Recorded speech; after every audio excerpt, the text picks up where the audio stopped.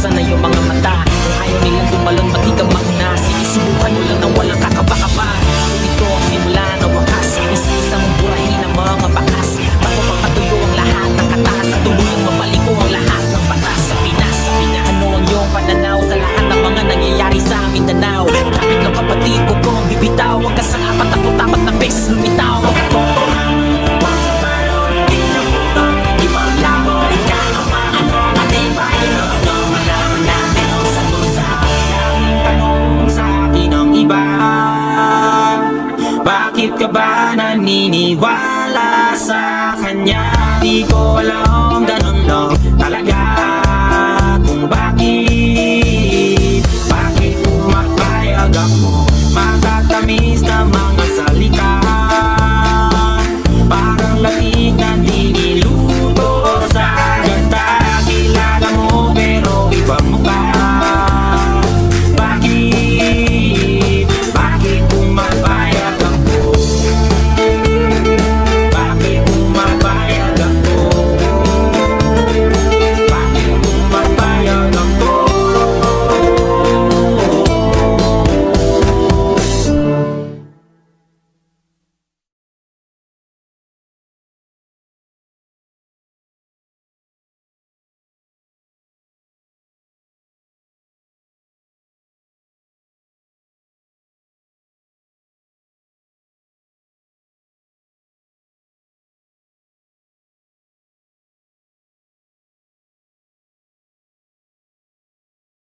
So yun, nakikita ko si Andre, mukhang gusto na niya mag-volunteer kaagad. Ano? So sige nga na, bahagi mo nga sa amin ang napili mong linya mula sa kanta at ipaliwanag mo ito.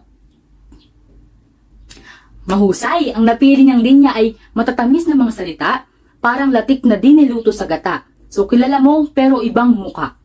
Magaling ang paliwanag ni Andre dahil palapit na nga ang eleksyon. Ang mga politiko madalas na tumatakbo, madalas nating mariringgan ng mga matatamis na salita, di ba? Na minsan pang araw ay parang too good to be true, sabi ni Andre. So upang sila ay makilala at iboto. So, ngunit kapag sila ay nailuklok na sa pwesto, tila ba ito'y nagbabago, tila ba ito'y nag-iba? Dahil ito pala ay maraming mga isinasagawang illegal o puro pang sarili lamang na mga gawain ang nakikinabang. Sarili lamang ang nakikinabang. So tama ito, Andre. Maraming salamat sa iyong sagot. So ngayon naman, mayroon ako ritong inihandang video trailer. Trailer ito ng isang sikat na pelikula ngayon. Lalong sikat ito sa Netflix. Oh, di mo kaya, Netflix. Hindi lang sa YouTube at Facebook nanonood, di ba? Netflix. So ngayon, nais kong magpangkat kayo sa 4 na grupo. So sige, pumunta muna ang lahat sa kanya-kanyang grupo. So tapos na. So itong trailer na ito ay mula sa pelikulang Don't Look Up, mula sa direksyon ni Adam McKay.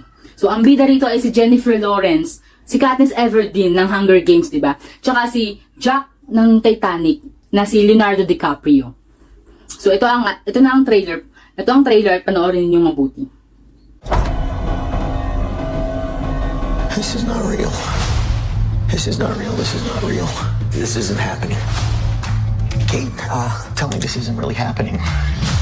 I hear there's something you don't like the looks of. We discovered a very large comet. Oh, good for you. It's headed directly towards Earth. This comet is what we call a planet killer. At this exact moment, I say we sit tight and assess. Sit tight and assess. Sit tight. And then assess. The sit tight part comes first, and you gotta digest it. That's the assessment period. This is the worst news in the history of humanity. He just blew us off. What are we gonna do? We have to release the information. So we just leak it. Our guests today have made a pretty big discovery in space. How big is this thing going? Like, can it destroy my ex-wife's house? Is that possible? There's a 100% chance that we're all going to die. Kate? Kate? Hey, Well, the handsome astronomer can come back anytime, but the yelling lady, not so. not so much. We're gonna get the news out there, one way or another. It's real and it's coming. Jesus Christ, you could have just called me. This comet contains $30 trillion worth of material. What do trillions of dollars matter if we're all gonna die? Oh, no, what if I'm rich? That would be terrible. You guys discovered a comet? I have a tattoo of a shooting star on my back. Oh, that's terrific. This could be a complete disaster. This is already a disaster.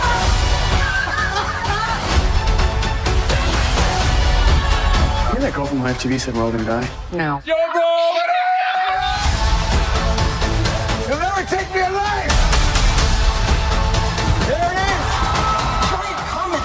Whirling its way towards Earth. Can you see it? I can't. My head is in a bag. I did have the FBI put that bag over your head. They don't do that. The CIA does, but I made them do it. You know, I had a feeling. It's a good feeling because that is what I did, and it was very funny and cool. O maganda ba yung trailer? So ngayon, bibigyan ko kayo ng 3 minuto upang makagawa ng simpleng concept map per group tungkol sa mga bagay na inyong napansin na magbibigay kahulugan sa konsepto, sa uri, sa pamamaraan ng katiwalian at korupsyon.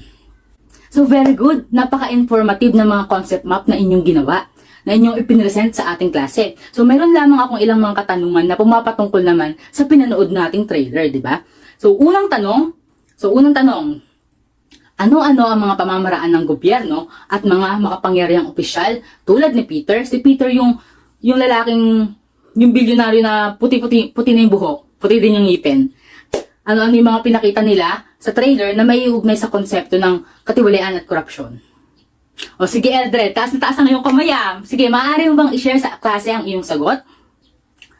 So tama, napansin ni Eldred na ang president kasama yung kanyang sekretarya ay nakikipag-ugnayan sa mga private at mayayamang individual na palihim na gumagawa ng plano kung paano pagkakakitaan yung comet. So may ugnay daw niya ito sa konsepto ng katiwalian at korupsyon dahil ang isang government na opisyal ay kumikilos para sa kanyang pansariling interes lamang, di ba? So maraming salamat, Miss Eldred. So ikalawa, sino ang magpakapagpapaliwanag sa akin ng linyang isinambit ni Dr. Mindy na si Leonardo DiCaprio na what do trillions of dollars matter if we're all gonna die? Sige nak, Jaja, sige paliwanag mo ito. So mahusay, ang linyang ito ay nangangahulugang aanhin natin ang pera kung hindi naman ito madadala sa hukay, di ba? So sabi ni Jaja, mas mainam na huwag tayong maging masyadong magmukhang pera dahil in the end, kapag sobra-sobra, hindi na natin ito napakikinabangan, hindi na naman natin ito nagagasta, di ba? Nasasayang lang. Maraming salamat, Miss Jaja. Kung ating panghuling katanungan, kung ikaw ay may taglay na kapangyarihan na meron ng isang presidente na kayang mag-utos sa mga nakakataas pa upang mapigilan ang pagbagsak ng comet sa mundo na mayroong $30 trillion. Take note, yung comet na to ay destructive. Mas pipiliin mo bang bumagsak yung comet na yon sa mundo para pagkakitaan ito o mas pipiliin mo ang kaligtasan at kapakanan ng iyong mamamayan? Sige, go, Shan. Gustong sumagot. So, ibahagi mo sa ating klase ang iyong sagot. So mahusay, bilang ikaw ay isang student leader, nilagay mo ang sarili mo sa posisyon ng isang mabuting presidente at mas pinili mong iligtas ang iyong mamamayan dahil ika mo nga ay mas mahalaga ang tao kaysa sa limpak-limpak na salapi. Dahil aanin mo nga naman ang limpak-limpak na salapi na to kung wala ka namang taong bayan na pagsisilbihan, kung mag-isa ka lang naman sa mundo, di ba? Mas gusto mo na ilaan ito para sa ikauunlad ng pamumuhay ng mga tao at ng bansa. So maraming salamat na, Shan, sa iyong mahusay na kasagutan. So, masaya akong makita at mapakinggan ang inyong mga makabuluhang mga sagot sa aking mga katanungan. So mukhang marami na kayong idea sa ating tatalakayin ngayong araw, di ba? So kaya naman ngayon ay mas palalalimin pa natin ang inyong mga kaalaman na yan tungkol sa ating main topic, sa ating main point, sa ating paksa ngayong araw na katiwalian at korupsyon. Huwag niyong iboto yan, korap yan. Di ba si Mayor nahatulan yun ng salang graft and corruption? Korap yan. Korap yan eh. So, narinig na ba yung mga katagang yan? Kung nanonood, nakikinig ka, o nagbabasa ka ng mga balitang pambansa, o kahit ng mga lokal na balita lamang, malamang ay pamilyar na sa iyo ang mga katagang graft and corruption. Ngunit ano nga ba ang graft and corruption? Ngayon, pag-uusapan natin at tatalakayin natin ito dahil nalalapit na ang eleksyon. Ang eleksyon 2022 at bilang mga grade 10 students ay alam kong gustong-gusto nyo nang i-exercise ang right nyo to vote. Pero, kapag kayo ay nag-18 pa, di ba? Kasi magpaparehistro kayo. Kaya naman kapag turn nyo nang bumoto, ang dapat piliin yung leader, ang dapat piliin yung ihalal sa pwesto ay yung mga politikong, yung mga kandidatong walang bahid yung track record. Yung track record nila, walang bahid ng graft and corruption, di ba?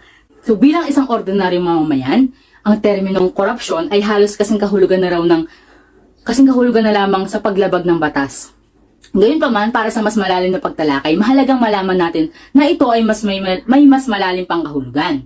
So ayon sa kahulugang nakasaad sa ating libro, ang korupsyon ay tumutukoy sa kasabuatan ng dalawang tao o partido para sa kanilang pansariling interes na labag sa isinasaad ng batas.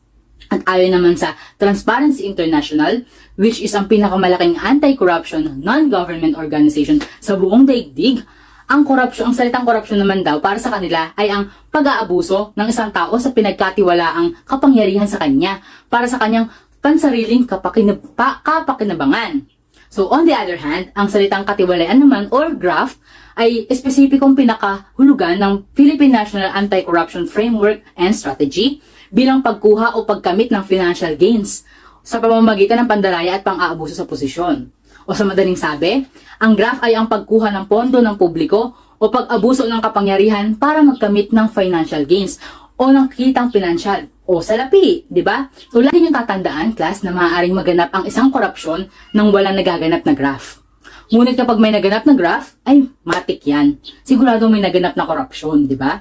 So dahil ang graft naman ay mailalagay natin bilang isang halimbawa, isang uri ng korupsyon. So batay sa ating aklat, basahin niyo dyan, nakasaad dyan na mayroong 4 na uri ng katiwalian daw. So ano yung una? Katiwaliang administratibo or administrative graft. Pumapatungkol daw ito sa pagtanggap, pag-iingat at pamamahagi ng pondo ng pamahalaan, kabilang din dito ang pagbili, paggamit at pagbenta ng ari-arian ng pamahalaan.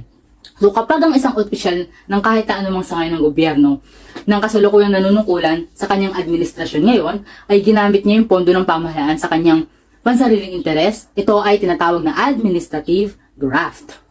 So isang halimbawa nito, kunwari si Mayor, nakita mo sa parking ng SM na meron siyang bagong Lamborghini, tapos piniplex-flex niya pa to sa Instagram, di ba, sa Facebook. Pero nalaman mo, 3 buwan pa lamang siya nakakaupo sa pesto. And to think na ang sweldo bilang isang mayor ng isang lungsod ay hindi pa naaayon sa kahit 1/4 pa lamang ng presyo ng isang Lamborghini. So, maaaring ang pinambayad niya sa sasakyang ito ay nagmula sa kaban ng pamahalaan na kanyang ginamit para sa kanyang pansariling kapakinabangan. At ito ay tinatawag na administrative graft. So, ikalawang uri ng katiwalian ay ang katiwaliang pampolisiya o policy-related graft. Ito ay pumapatungkol sa mga desisyon ng mataas na opisyal na may kinalaman sa polisiya at gastusin tulad ng pagpasok ng mga lokal at international na pangungutang. So, dahil sa pandemyang nararanasan natin ngayon, muling pumalo yung tinatawag nating outstanding debt ng gobyerno ng ating bansa. So, ayon naman sa Bureau of Treasury, pumapatak daw na $11.97 trillion 11.97 trillion pesos noong Oktubre 2021 ang utang ng ating bansa. So ito na yata yung pinakamalaki sa kasaysayan ng Pilipinas. Biruin mo no, makikipagkompetensya na nga lang tayo sa utangan pa. Grabe naman ang mga ugali. So matatandaan natin na sa loob ng ilang taon na pagsugpo natin sa pandemyang to, halos paulit-ulit nating nababalitaan, naririnig na nakababasag ng historical records ang Pilipinas, ang gobyerno ng Pilipinas in terms of pangungutang ng pera. Dahil sabi nila para naman daw ito sa kanilang mga pamamaraan upang ponduhan ang COVID-19 response nila, di ba? So totoo ba yan? Di ba kayo doon? So ikatlong uri naman ng katiwalaan ay ang katiwalian sa arbitrasyon o grafts in arbitration. Saklaw nito ang mga pang-aabusong ginawa ng mga opisyal na may kapangyarihang panghukuman, quasi-judicial at pampiskal. Ang pamahalaang nangangasiwa sa ganitong klase ng pagkakasala ay ang Office of the Ombudsman. So dahil sila ang itinalaga bilang protectors, sila ang protectors ng taong bayan and sila ang kaagad na kumikilos sa mga reklamong inihain sa anumang anyo o paraan laban sa mga opisyal o empleyado ng pamahalaan o ng anumang agency or instrumentality kabilang ang mga government-owned or kontroladong pamahalaan at ma-enforce nila ang kanilang administratibo, civil at criminal liability sa bawat kaso kung saan ang evidence ay guaranteed na upang maisulang ang mahusay na pamamahala or government sa mga tao. At ang ika-4 na uri ng katiwalian, ika-4 ito at huling uri, ayon sa ating libro, ay ang katiwalian politikal o political grafts. Meron daw itong dalawang uri, nahati daw ito sa dalawa. Una, panunuhol at paghihimok sa mga opisyal ng halalan na baguhin ang resulta ng eleksyon at pagbili ng boto ng mga tao. At ikalawa, paghahadlang ng mga politiko sa paggawa ng mga batas na makakaapekto sa kanilang pansariling interes. So ngayong nalalapit ng halalan 2022, ito ay panahon na naman ng mga tinatawag nating katiwaliang politikal. Laganap yan tuwing eleksyon, yung mga issue ng vote buying. Ito ay mali at mananagot talaga sa COMELEC ang sino mang sangkot dito, di ba? So oo, mahirap ang buhay natin ngayon, pero kung gusto mong magkaroon tayo ng maayos na pamahalaan, siguro wag mo ipagbili ang boto mo. Dahil kailanman hindi masusukat ng pera ang iyong halaga. So every vote counts, every vote matters. Wag tayong mag-engage sa vote buying. So matapos natin talakayin ang mga uri ng katiwalian, dumako naman tayo sa mga iba't ibang anyo ng korupsyon. So unahin na natin ang panunuhol o bribery. Tumutukoy ito sa pag-aalok, pagbibigay, pagtanggap o paghingi ng anumang bagay na may halaga upang maimpluwensyahan ang mga aksyon ng isang opisyal o empleyado ng pamahalaan ng gobyerno o may kapalit man ito na isang pabor. So halimbawa, panunuhol na maituturing yung pagbibigay mo ng suhol o regalo na madalas form ito ng isang bilaong pansit, puto, tsaka pichi-pichi nandun binitos doon sa binibigay mo sa mga kawani ng pamahalaan na para maiwasan kang pumila, para i-skip mo yung pila at yung tamang proseso, di ba? So, alam mo, mahirap talaga yung ganun. Kasi naalala ko dati, nung nagpapa-register ako ng botante, alas 5 pa lang ng umaga, nakapila na ako kahit alas 8 ang bukas ng Comelec, ha? Kasi napakahaba ng pila, di ba? So, talaga namang patience is a virtue. So, class, tandaan natin na ang individual na nagbigay at ang taong tumanggap ng suhol ay parehong may sala kapag mayroong kaso ng tinatawag nating bribery. Ikalawa, ang pangingikil o extortion ay tumutukol sa paggamit ng isang opisyal o tanggapan ng pananakot at pagbabanta para makakuha ng salapi at iba pang kapakinabangan. For example, ikaw ay kukuha ng isang business permit sa barangay nyo para sa milk tea shop mo na gusto mong itayo at napansin mong hindi makatarungan yung pag-iipit ng inyong barangay chairman, ng inyong barangay captain sa pag-release ng barangay permit nyo. At gusto niya may kapalit na kabayaran agad ito. So ito ay isang halimbawa ng extortion. So ikatlong uri ng korupsyon ay ang pagdustay o embezzlement. Tumutukoy daw ito sa pagnanakaw ng pera ng isang taong pinagkatiwalaan nito. So halimbawa, hindi tama at mali ang paggamit ng puno ng pamahalaan. Ito ang madalas na problema sa ating pamahalaan sa bansa, yung pag-aabuso at paglulustay ng mga salapi ng pera ng bayan mula sa bayan, ng pera ng bayan at mula sa bayan ng mga taong pinagkatiwalaan natin sa gobyerno, di ba? Napakamali nito. So, ika-4 at huling anyo ng korupsyon ay ang pamemeke o fraud. Tumutukoy ito sa pandaraya o panlilinlang or deception sa layuning makalamang o makakuha ng salapi o iba pang benepisyo ang isang opisyal or hindi lang opisyal ang isang tao. Ngayong naranasan natin ng pandemya, marami sa atin yung hindi nakaligtas sa hagupit ng COVID-19, di ba? So, karamihan sa mga empleyado, karamihan daw yung mga empleyado ng kumpanya. So, kapag sila ay nag-positive, i-require sila na mag-isolate ng 14 days. At ang iba pa, humihingi pa ng negative na swab test para makabalik ka sa trabaho. Dahil yung ilan naman ay hindi sagot ng kumpanya yung swab test, ang mga tao ay napipilitan na mameke ng test result dahil napakamahal nito. So, nagpapagawa sila ng negative na test result sa napakamurang hulaga compared sa presyo ng swab test, di ba? So, class, hindi ito magandang halimbawa dahil maaaring ikaw ay makahawa pa kung papikiin mo lamang ang resulta mo. Ngunit problema na naman kasi ito sa mga kumpanya na ayaw paggastusan ang kanilang empleyado, di ba? Dahil sa iyo nga nagtatrabaho yun, sagot mo yun, di ba? Tao mo yan eh. So, isa na rin halimbawa ng fraud ay yung mga namimeke ng diploma. So, alam natin yan, sino yung mga namimeke ng diploma. Sa Recto, sa Maynila, 5H lang. Balik ka after 3 hours. Degree holder ka na, no? So, class, malito ha. Sobrang malito. Alam kong mahirap na mag-aral, pero hindi ito dahilan para mameke ka ng degree mo. In the end, hindi mo naman napepeke yung attitude and character mo na mahuhubog mo through years in education. Kaya wag natin itong gawin. Wag tayong gumaya sa kanila. Wag tayong mameke. Wag tayo sa may history ng pamimeke. At mas lalong huwag tayo dun sa peke. Dun tayo sa tunay, sa tapat, at totoo. Ang last topic naman natin for today ay ang mga pinaghihinalaang dahilan ng katiwalian at korupsyon. So ayon sa ating aklat, nagbigay sila ng 3 dahilan. Una, kahirapan. Ito ay sinasabing dahilan na nagtutulak sa mga tao na labagin ang batas upang mabigyan ng mabuting buhay ang kanyang pamilya, na mabuting kinabukasan ng pamilya. Di ba may kasabihan tayo, class, na hindi mo kasalanan na ipinanganak kang mahirap, pero kasalanan mo kapag ikaw ay tumanda o namatay ng mahirap. Agree ba kayo o disagree? Disagree. I strongly disagree. Una, tignan muna natin kung ano nga ba ang nagiging dahilan ng kahirapan. Kung ang isang individual ay tambay, ayaw magtrabaho kahit may kakayahan naman, sige, payag ako. At kapag ang isang pamilya ay patuloy pa rin sa panganganak, sa pag-anak, kahit na hikaos na ang buhay, alam mo, hindi na nila mabibigyan yung pamilya nila ng magandang kinabukasan, sige, go, agree ako. Ngunit kapag ang isang individual ay namatay ng mahirap, dahil sa bulok na sistema ng pamahalaan at ng mas nakakataas dito, ayan, diyan ako magdi-disagree. Tignan natin kung titignan natin yung mga magsasaka, di ba? Hindi sila tamad, ah. In fact, totoo nga yung kantang magtanim ay di biro, di ba? Ngunit, sa tingin nyo, bakit hindi sila nakakaahon sa hirap? Because they are being deprived of opportunities. Sila itong niloloko ng ng pamahalaan at mas nakatataas sa kanila. Ng mas malalaking kumpanya, di ba? Sila yung mga niloloko ng mas nakatataas na kumpanya, mas nakatataas sa kanila dahil hindi nila alam kung ano yung ibang proseso nito. Alam nyo ba ang presyo ng palay? Napakamura lang kung bilhin ng mga private individuals na to, private sectors na ito. Pero kung kakain ka sa restaurant sa labas, abay, napakamahal ng extra rice. Akala mo'y ginto, di ba? Kaya sa ganung paraan, wala talagang yayaman sa kanila. So next, ikalawa at ikatlo dito yung kalidad ng pamunuan at political dynasty. Ang katiwalian at korupsyon daw ay mga administratibong hamon sa lahat ng mga kawani at opisyal ng pamahalaan. Kinakailangan ang pinakapuno ng ahensya ay isang modelo ng kabutihan at katapatan sa tungkulin na siyang tutularan ng mga kawani at siyang magsisilbing magandang ehemplo para sa kanyang mga tinutungkulan, sa kanyang mamamayan. So, ang political dynasty, for sure, may ideya na kayo rito, di ba?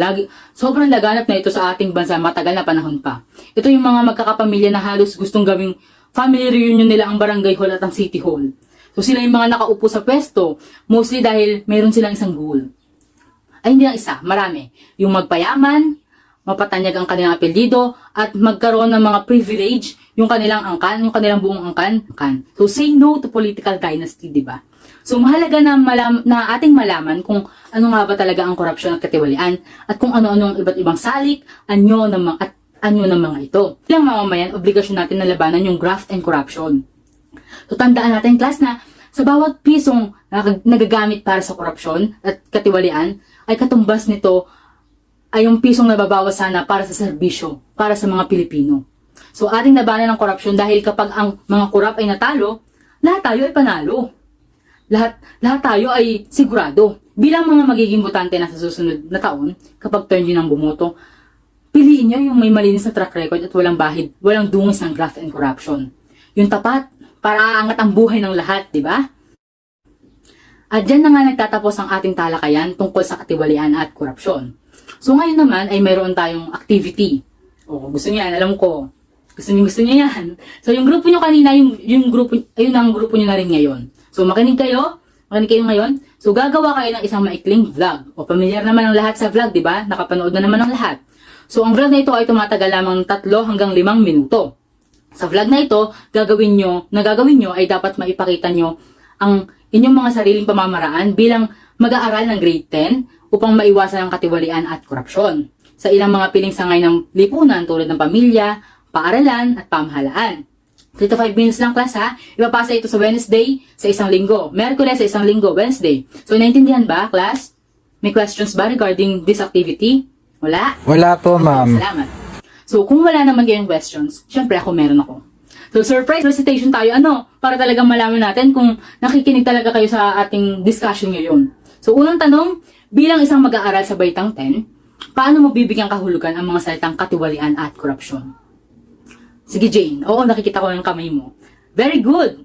Very good. Ang katiwalian at korupsyon para kay Jane ay ang mga gawain na tumutukoy sa kawalan ng integridad at katapatan na isinasagawa ng isang tao, opisyal o organisasyon para sa pansariling benepisyo. Tama to, Jane. Maraming salamat. Maaari ka nang maupo. Next question naman. Sino ang maaari makapagbigay sa akin ng 3 dahilan ng korupsyon sa mga sumusunod na sektor ng lipunan? Pamilya, paaralan at pamahalaan. Oh yes, Steven, go! Ano-ano ang mga ito? So mahusay, tama na ang kahirapan, kalidad ng pamumuno at ang political dynasty ang 3 dahilan ng korupsyon. So maraming salamat, Steven. Last question ay, umaayon ka ba na ang katiwalian at korupsyon ay mayaalis pa sa sistemang pampolitikal ng bansa? So ipaliwanag mo ang iyong opinion. Ay wow, ang bilis magtaas ng kamay ni Chay, ha? Sige nga, Chay, na-chayo na ang mikropono at sagutin mo ang aking katanungan. Wow, napakahusay. Sabi niya dahil siya daw ay 18 na at registered voter na siya. Siya ang pinakamatanda sa ating klase, di ba? Oo, naniniwala siyang mayaalis pa ang katiwalian at korupsyon sa bansa. At ito ay sa pamamagitan ng pagluklok ng mabuting leader na mahusay at tapat ang pamamahala. Ang tanging paraan daw para kay Chay ay ang gobyernong tapat na pagkakatiwalaan ng lahat. Siyempre, bukod sa surprise recitation, meron din tayong surprise quiz. Meron din ako hinandang surprise quiz. Madali lamang to, 5 items ang 3. So, kumuha kayo ng 1/4 sheet of paper.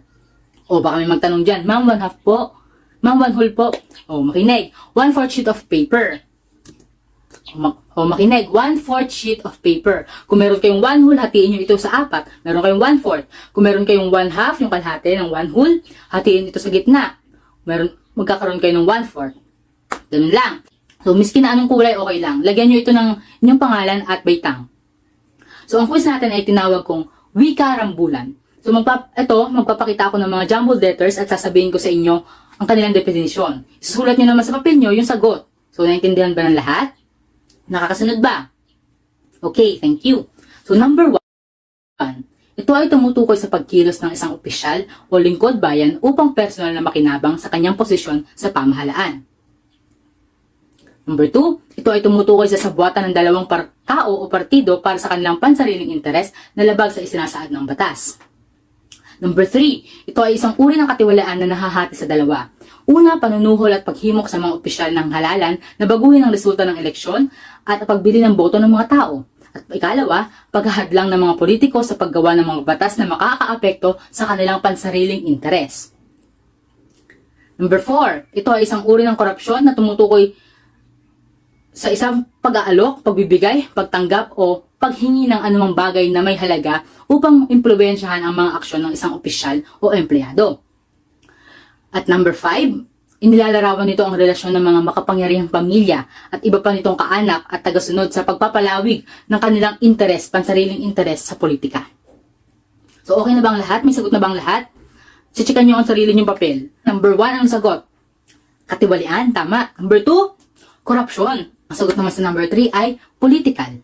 At ang number 4 naman ay panunuhol. Very good ka doon, Carl, ha? Ang last number naman natin ay anong sagot? Political dynasty. Tama kayong lahat. So, okay, sino ang nakakuha ng 5 tamang sagot?